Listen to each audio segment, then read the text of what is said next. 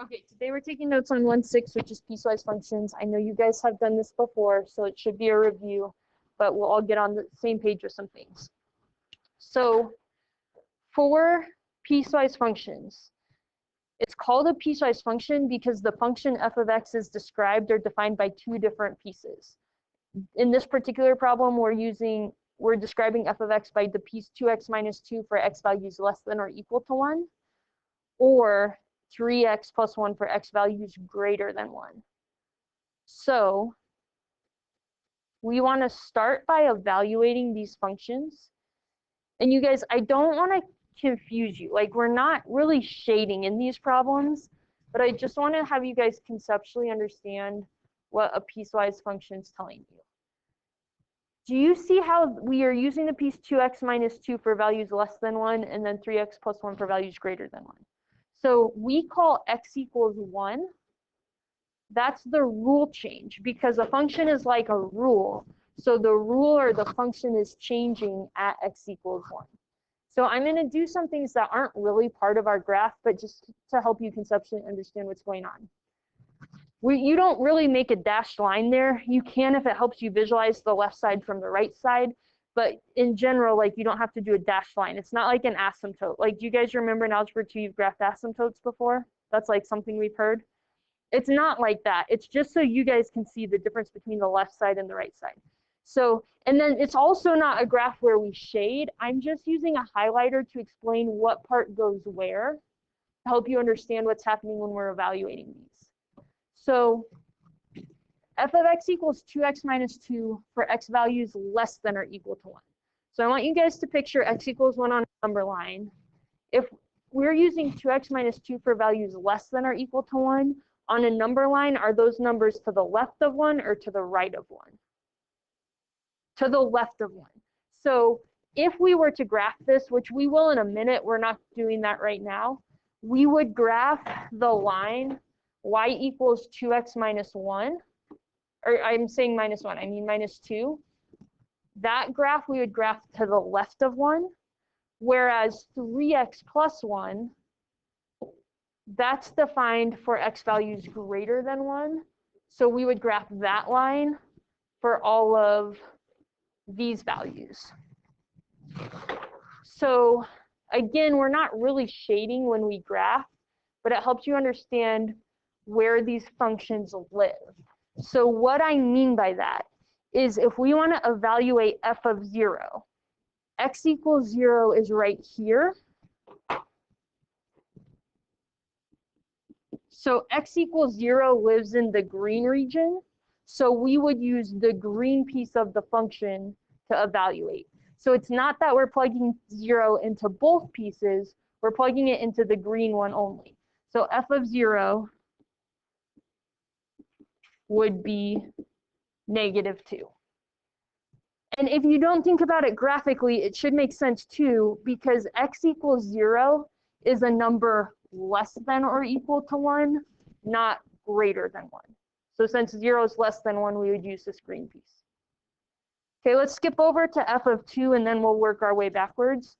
For f of 2, x equals 2 lives right here. So that's living in the pink region. So we would use the pink part of the graph. So we're plugging 2 into the 3x plus 1. So f of 2 would be 7. And again, if you're thinking about that not in terms of the graph, but in terms of numbers, 2 is a value greater than 1. So that's why we would use that bottom piece.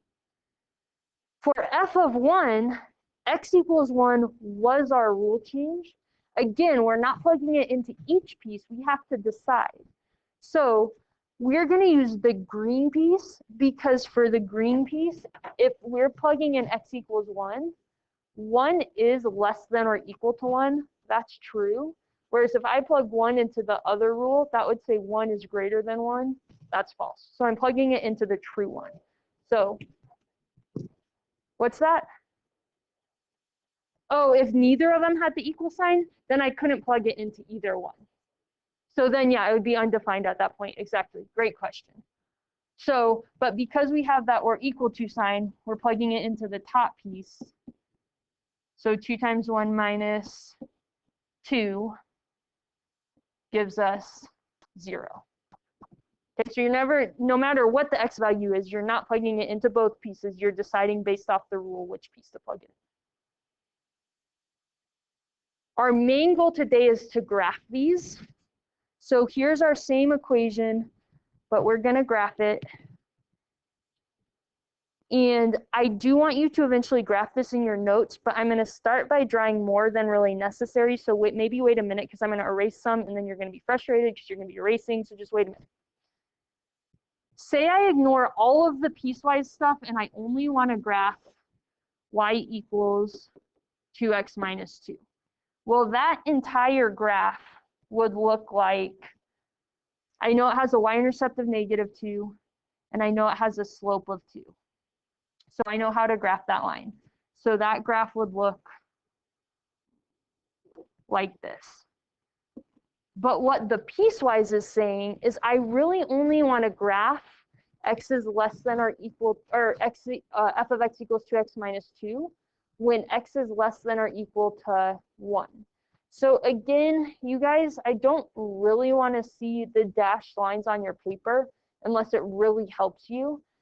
But I'm going to contradict what I'm saying and do it in notes so you can just see the difference between the left half and the right half. So our rule change is at 1. So there's our, that's like our separating piece. It's like if I asked you to draw an elephant head on a lion body, the rule changed at the neck. So this is like the neck, where we change from the elephant to the lion, okay? I really only want to graph this line in red for values less than 1, or in other words, left of 1. So I really only wanted to graph this part of it. But I don't want you to graph the whole thing and then erase half of it every time. So we're going to do this more strategically. So there's certain points I do want you guys to plot for accuracy. One of the points I want you to plot for accuracy is always at the rule change. So starting this problem over, if I'm graphing 2x minus 2, I see that's less than 1. So in my mind, I'm thinking this is describing left of the rule change. So on our graph left of that pink line. If we plug in 1, I get 0 back. So I know I should have the point 1, 0 on the graph. And because we have equality there, that point is defined at 1. So I'm going to make it a filled in point, or a closed circle. So then we're going to go ahead and plot the point 1, 0. So now you guys can start graphing because we won't erase anymore. So go ahead and plot that point. From there, we need to know enough about the line 2x minus 2 to get the rest of the graph accurately. So we are going to plot some points for accuracy. So watch for a minute and then graph. We know that this line has a slope of 2. So from this point, we should have a slope of 2. But watch what happens. If I go up 2 and right 1, you see how that point's on the wrong side of the rule change. So rather than going up 2 and right 1, because I really want to be left of the rule, or left of the line, I'm going to go down 2 and left 1. So that's still making a positive slope of 2, but on the correct side of that pink line.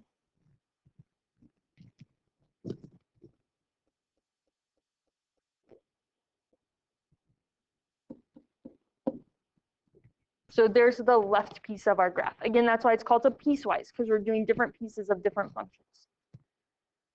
So then for the other piece of our graph, the right piece, that's x is greater than 1, I still want to graph the function accurately at the rule change. So even though we don't have equality at 1, I'm still going to plug 1 in. When we plug 1 in, we get 4 back. But to show that that right piece doesn't really touch or exist right at 1, we're making it open. So what that means is our graph is getting closer and closer and closer to that value without actually touching it. So then use what you know about 3x plus 1. That's a line with a positive slope of 3. So I'm counting off a positive slope, and I'm making sure that I'm going to the right side, like the correct, well, the right side, which is the correct side of the rule change. Okay, so I want you guys to be accurate in graphing these. So graph the points at the rule change, and then use what else you know about the function. Okay, what things are you guys wondering about that one? We're going to practice a few more of those. So number 2, when you graph the pieces, you can graph the top piece first or the bottom piece first. It doesn't really matter, but for the way I'm going to explain it, it'll make more sense if I graph the bottom piece first, but your graph would look the same either way. So say we start with, let's see, I'm just trying to be consistent. So left, I'm doing red. So say I start with this bottom piece. Since it's less than 1, I'm picturing a number line. Less than 1 would be left of 1 on the number line. So now this is describing the left of 1. If we plug 1 in, we would get 1 back. When we plot that point, is it going to be open or closed? Open, because we didn't really have equality. So I'm plotting that point as an open point. So go ahead and plot 1, 1, and I'm graphing left of that point. So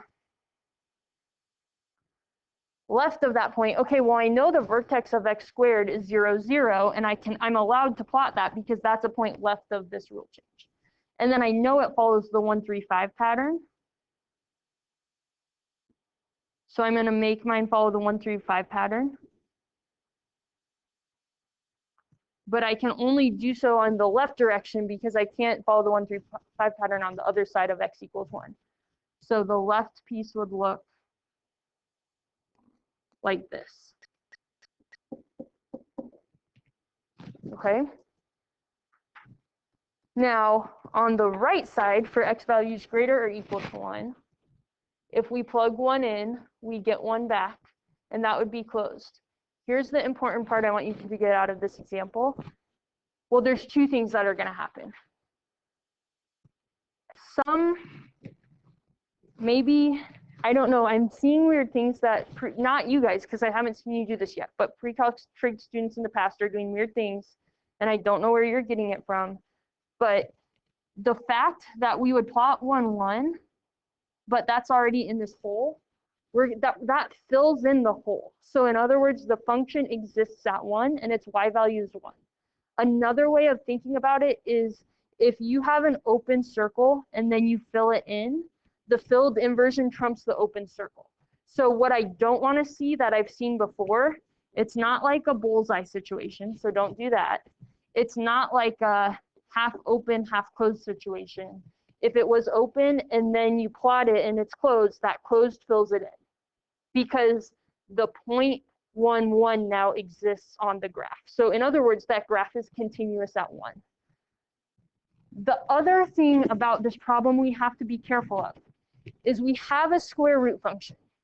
Let's just think about square root functions in general. So quick timeout. Doesn't square root graph look like this? What pattern does a square root graph follow?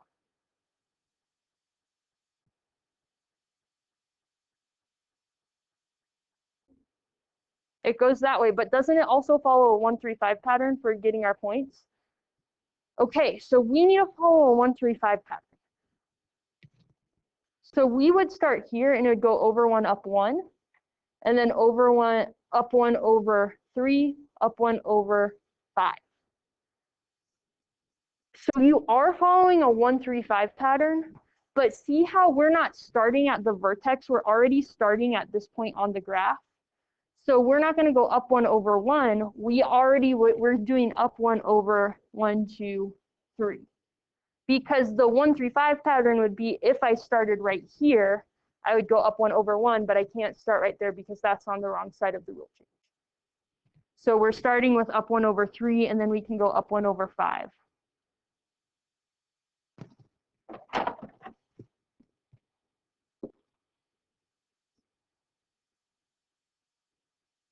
Okay? Questions on that one? We'll do one more together, and then I'll have you guys try one. Number 3, we have f of x equals x squared minus 3 if x is less than or equal to 2, and then 5 minus x if x is greater than 2. So now the last 2 problems, our rule change was at x equals 1. Now our rule change is at x equals 2. So for the left piece, that would be values less than or equal to 2. So here's our left piece. If we plug in 2, we would get 4 minus 3. So we have the point 2, 1, and that's going to be open. So we'll go ahead and plot that point. And this is going to be the left piece, so everything on the left of that point. We know it's a parabola shifted down 3, so the vertex should be right here. It's going to follow a 1, 3, 5 pattern. I am allowed to graph there because that's left of 2, or I could go in the other direction to follow the 1, 3, 5 pattern. So there's our left piece. And then for our right piece, those would be values greater than 2. If we plug 2 in, we get 3 back. You guys didn't yell at me. This is the piece with equality. So this is the one that should be filled in. And then the piece without the or equal to sign should be open. So this piece is our open piece. So 2, 3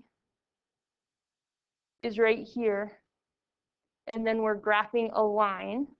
What's the slope of the line that we're graphing? What's the slope of this line? -1, right? It's if we put it in y equals mx plus b form, it would be -1 x plus 5. So picture a slope with a negative, or a line with a negative slope. Isn't it looking like this? But I can only graph on the right side of that point. So I'm going to go down 1 to the right 1. I can't go up 1 and to the left 1 because then I wouldn't be on the correct side of the rule change.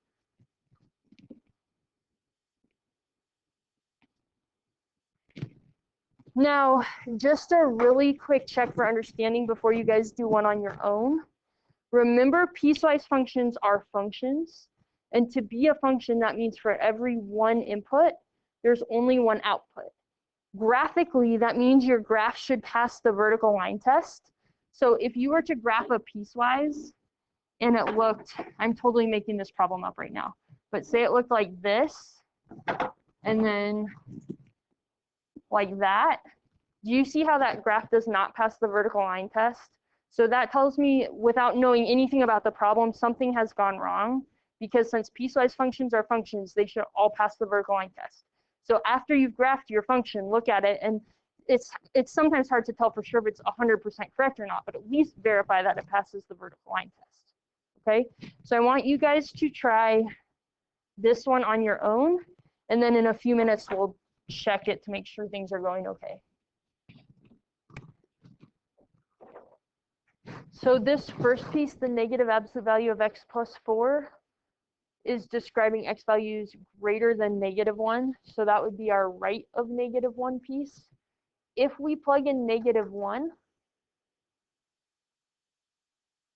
we get 3 back. Do we need to go over how that's a 3? I know sometimes absolute values can give us a little bit of a problem. Is this point going to be open or closed? Shout it out. Open. So plot that point.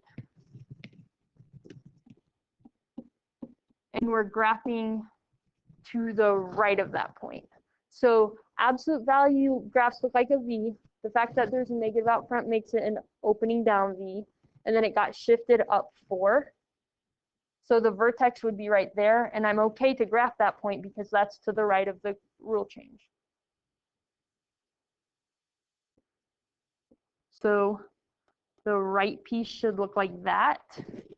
And then the left piece, if we plug -1 in, we're going to get 1. We plug -1 in, we're going to get -1 back. And that would be filled in because we have equality. And then we need a line with a positive slope of 2. So usually when I'm doing a positive slope, I would go up to right 1, but that's going to get me on the wrong side of x equals -1. So instead I'm going to go down 2. But in order to get a positive slope, I would have to go down 2 and left 1 because I want the line to be going uphill. This point is that -1, -1. Filled in? and then slope of +2. Okay, thank you for fixing that. So that's how our piecewise should be.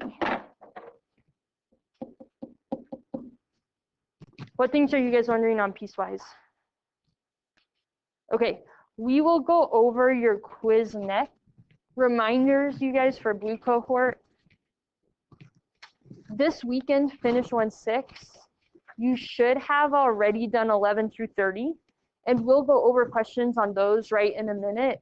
But if we don't get to your question, there's video solutions online, so check those out before you take your quiz, because remember, these problems on 1-6 are review for your quiz. So I do want you to do all of 1-6, but for sure do these ones before your quiz, okay?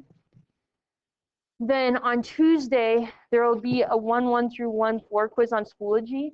I would like you to try that before 3:30 p.m. on Tuesday. So if you're having technical issues, I can help you before I leave the building.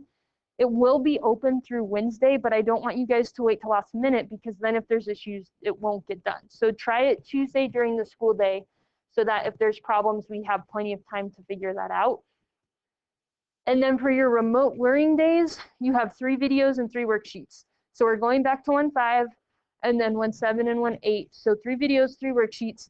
Now, please, you guys, do not wait until after your quiz to start this, because that gives you Wednesday to do 3 worksheets and 3 videos. So manage your time. Maybe do 1 over the weekend, do 1 Monday, and then do 1 Wednesday.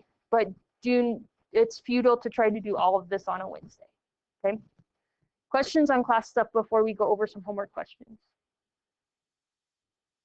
For homework questions, you guys, if we're going over a question that you already know how to do, please just work on the rest of 1-6. So everyone take out 1-6, and if we're going over a question you don't need to see the answer to, just do the 1-10, the number 1 through 10 problems. You can grab yours out. I'll come back to you in a second. All right, you guys, so this is the second page of 1.6.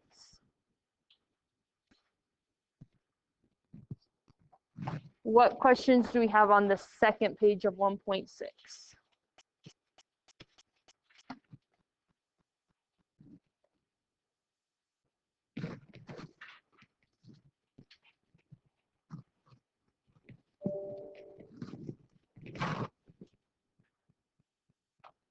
No takers? Let's look at the third page of 1.6 then. So that would be numbers 20 through 25. What questions do you guys want to go over on 20 through 25?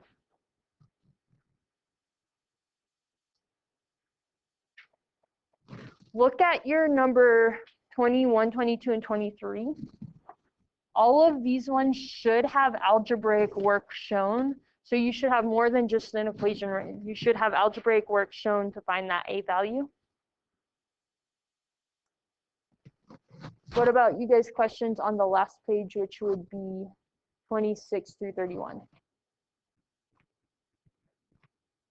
Okay, again, you guys, if you're looking at it later and realize you did have a question, there's video solutions for all of those ones, so watch that.